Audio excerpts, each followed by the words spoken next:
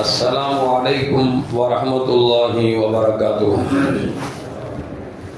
الحمد لله رب العالمين والصلاة والسلام على أشرف المرسلين وعلى آله وأصحابه وأزواجه وذرياته وأهل بيته أجمعين.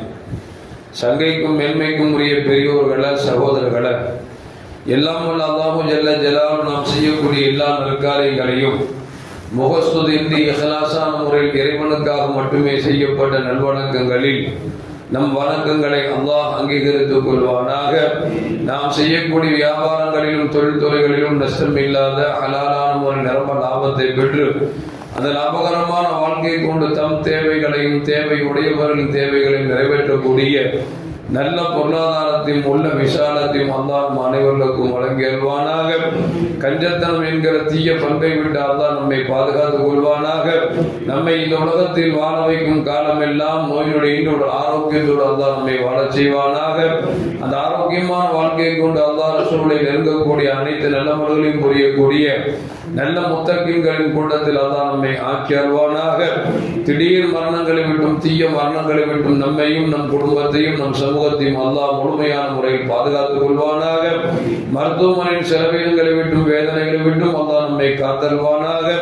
நம்மில் யாரெல்லாம் நோயால் பாதிக்கப்பட்டு வீடே கதி என்றும் ஆஸ்பத்திரியே கதி என்றும் அல்லல் பட்டும் அவதியுற்றும் இருக்கிறார்களோ அத்தனை மக்களுக்கும் வெகு விரைவில் நோயை போக்கி உடல் ஆரோக்கியத்தை வழங்குவதோடு அவர்களை கொண்டு அவர் குடும்பத்திற்கும் சமூகத்திற்கும் பலன் தரக்கூடிய மக்களாக ஆக்கி அருள்வானாக.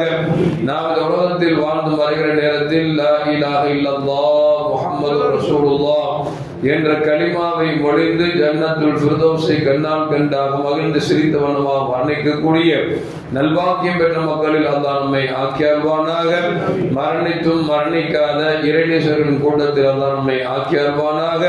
நாளை மறுமையிலே முத்து முஹம்மது ரசூலுல்லாஹி ஸல்லல்லாஹு அலைஹி வஸல்லம் அவர்களின் திருக்கரங்களால் ஹவ்துல் கௌசர் என்கிற தடாகத்தில் நீர் பருகி அன்னாரின் ஷஃபாஅத்தை பெற்று அன்னாரின் கரம் பிடித்து ஜன்னத்துல் ஃபிர்தௌஸ் என்ற உயர்ந்த சொர்க்கத்தில் அவர்களோடு அல்லாஹ் நம்மை சங்கமிக்க செய்வானாக. எல்லாவற்றுக்கும் மேலாக இறை அன்பை பெற்று இறைவனை பார்த்து பரவசம் அடையக்கூடிய அவர்கள் லிக்காவையும் ரிதாவையும் பெற்ற மக்களில் அல்லாஹ் நம்மை ஆக்கி அருள்வானாக. அருமையான பெருமக்களே, அல்லாஹு ஜல்ல ஜலாலுஹு குழந்தை பருவத்திலே 3 குழந்தைகளை பேச வைத்தார்.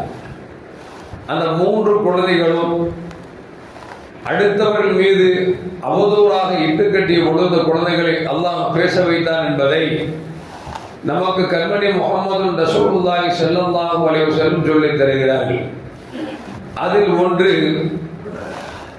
ஈசா அலைஹிஸ்ஸலாம் அவர்கள் தாயார் மரியம் அலைஹிஸ்ஸலாம் அவர்கள் திருமணம் முடிக்காமலேயே குழந்தை பெற்றெடுத்ததால் மரியம் அலைஹிஸ்ஸலாம் அவர்களை அவதூறாக இழிச்சொல்லுக்கு ஆளாக்கிய பொழுது மக்கள் எல்லாம் வந்து கேட்டார்கள், திருமணமே முடிக்கவில்லையே, நீ எப்படி குழந்தை பெற்றெடுத்தாய் என்று தவறாக கேட்ட பொழுது அப்பொழுது மரியம் அலைஹிஸ்ஸலாம் அல்லாஹ்ட்ட கேட்டாங்க, நம்ம இப்படி கேட்கிறாங்களே என்ன செய்கிறது, யாரும் வந்து கேட்டாலும் குழந்தைகிட்டே கேளுங்கன்னு சொல்லிருங்க அப்படின்னு மக்கள் வந்து கேட்டார்கள், எப்படி குழந்தை பெற்றெடுத்தாய், திருமணம் முடிக்கவில்லையே, தவறான நடத்தில் நடந்து கொண்டாய் என்றெல்லாம் கேட்கிற பொழுது ஈசா அலைஹிஸ்ஸலாம் அவர்களை கையை காமிச்சு சொன்னாங்க, நீ இந்த குழந்தை எப்படி வந்துச்சு, இந்த குழந்தைகிட்டே கேளுங்கிற பொழுது பிறந்த குழந்தை சொன்னது, இன்னி அப்துல்லா, நான் அல்லாஹ்வுடைய அடியானாக இருக்கிறேன் என்று சொல்லி ஈசா அலைஹிஸ்ஸலாம் குழந்தையிலேயே அவர்கள் பேசினார்கள் என்பதை குர்ஆன் நமக்கு சொல்லி காட்டுகிறது. இரண்டாவது, நபிகள் நாயகம் ஸல்லல்லாஹு அலைஹி வஸல்லம் காலத்துக்கு முன்பால் ஜுரைஜ் என்று சொல்லக்கூடிய ஒரு மனிதர், ஒரு இறைநேசர், இறைவனுக்காக தன்னுடைய வாழ்க்கையை கழித்துக் கொண்டவர். ஒரு நாள் அவர் தன்னுடைய வணக்க ஸ்தலத்திலே வணங்கி கொண்டிருந்த பொழுது அவர் ஈண்டெடுத்த தாயார் வருகிறார். இவர் தொழுது கொண்டிருக்கிறார் என்பது அந்த பெண்மணி பார்க்கிறார்கள். தன் மகன் தொழுது கொண்டிருக்கிறார் என்பதை பார்த்து கொண்டு கல்லிமினி என்ற பேசு அப்படின்னு சொல்லி அந்த அம்மா தொடரக்கூடிய மனிதனிடத்தில் பேசு என்று சொன்ன பொழுது அவர் இறை தியானத்தில் மூழ்கியிருந்த அவர் இறைவனை தொடர்ந்து வணங்கிக் கொண்டிருக்கிறார் பேசாமலேயே. அந்த தாயார் மீண்டும் கல்லிமினி என்ற பேசு என்று சொன்னார். அவர் தன்னுடைய வணக்க வழிபாட்டில் ஈடுபட்டிருந்தாரே தவிர தாயிடத்தில் பேசவில்லை. மூன்றாவது தாய் சொன்னார், இடத்தில் பேசு மகனே பேசு என்று சொல்லி மூன்றாவது கேட்ட பொழுது அவர் பேசாமல் தன்னுடைய வணக்கத்தில் ஈடுபட்டுக் கொண்டிருந்தார். அப்பொழுது பெண்மணி சொன்னார், நீ யாரிடம் கெட்ட பெண்ணிடத்தில் அகப்பட்டு நீங்க அசைக்கப்படுவாய் என்று சொல்லி அவர் சாபம் விட்டு சென்று விட்டார். ஒரு நாள் அந்த ஜுரைஜ் என்ற மனிதருடைய வணக்க ஸ்தலத்துக்கு பக்கத்தில் ஒரு ஆடு மேய்க்கக்கூடிய ஒருவரும் குடியிருந்து வந்தார். ஒரு பெண்மணியும் இருந்தார். அந்த பெண்மணிக்கும் அந்த ஆடு இடைவனுக்கும் எப்படியோ தொடர்பு ஏற்பட்டு ஒரு குழந்தை உண்டாகிவிட்டது. அந்த விபச்சார பெண் என்ன செய்தார் என்று சொன்னால், ஜுரைஜ் என்ற மனிதனிடத்தில் வந்து அவர் அடைக்கலம் தேடுகிறார். அவர் அடைக்கலம் தர மாட்டேன் என்று சொல்லுகிறார். நீ அடைக்கலம் தரவில்லை என்று சொன்னால் உன்னால் நான் குழந்தை உண்டாயிருக்கிறேன் என்று சொல்லி நான் வெளியே சொல்லிவிடுவேன் என்று சொன்ன பொழுது அவர் அதை பற்றி கவலை இல்லை என்று சொல்லி அந்த பெண்மணிக்கு இடம் கொடுக்கவில்லை.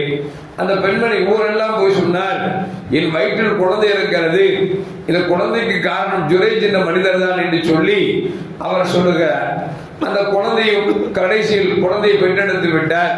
பெற்றெடுத்து பிரச்சனை பெருசாகிய பொழுது எல்லோரும் சேர்ந்து அந்த வணக்கசாலியை, நீ எல்லாம் ஒரு வணக்கசாலியா, இவ்வளவு தவறாக நடந்து கொண்டிருக்கிறாயே, திருமணம் முடிக்காத பெண்ணிடத்தில் சேர்ந்து அந்த பெண்ணுக்கு குழந்தை கொடுத்து விட்டாய் என்று சொல்லி எல்லா மக்களும் அவருடைய வணக்க ஸ்தலத்தை அடித்து நொறுக்கியது மட்டுமல்ல, அவரையும் அடித்து அசிங்கப்படுத்தினார்கள்.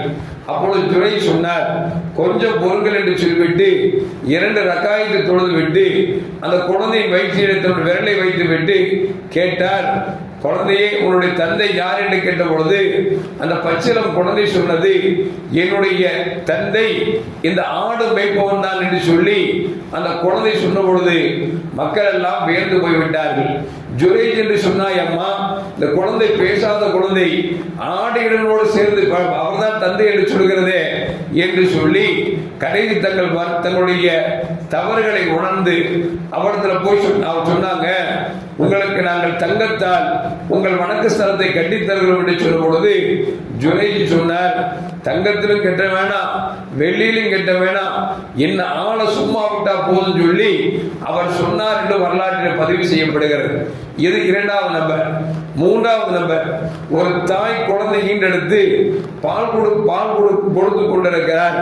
அந்த நேரத்தில் ஒரு பெண்மணி கடந்து செல்கிற பொழுது அந்த குழந்தையின் தாயார் சொன்னார், யா அல்லாஹ், என் குழந்தையை இந்த கடந்து செல்லக்கூடிய இந்த விபச்சாரியை போன்று ஆக்கிவிடாது என்று சொல்லி பெற்றெடுத்த தாய் குழந்தைக்காக துவா செய்த பொழுது அந்த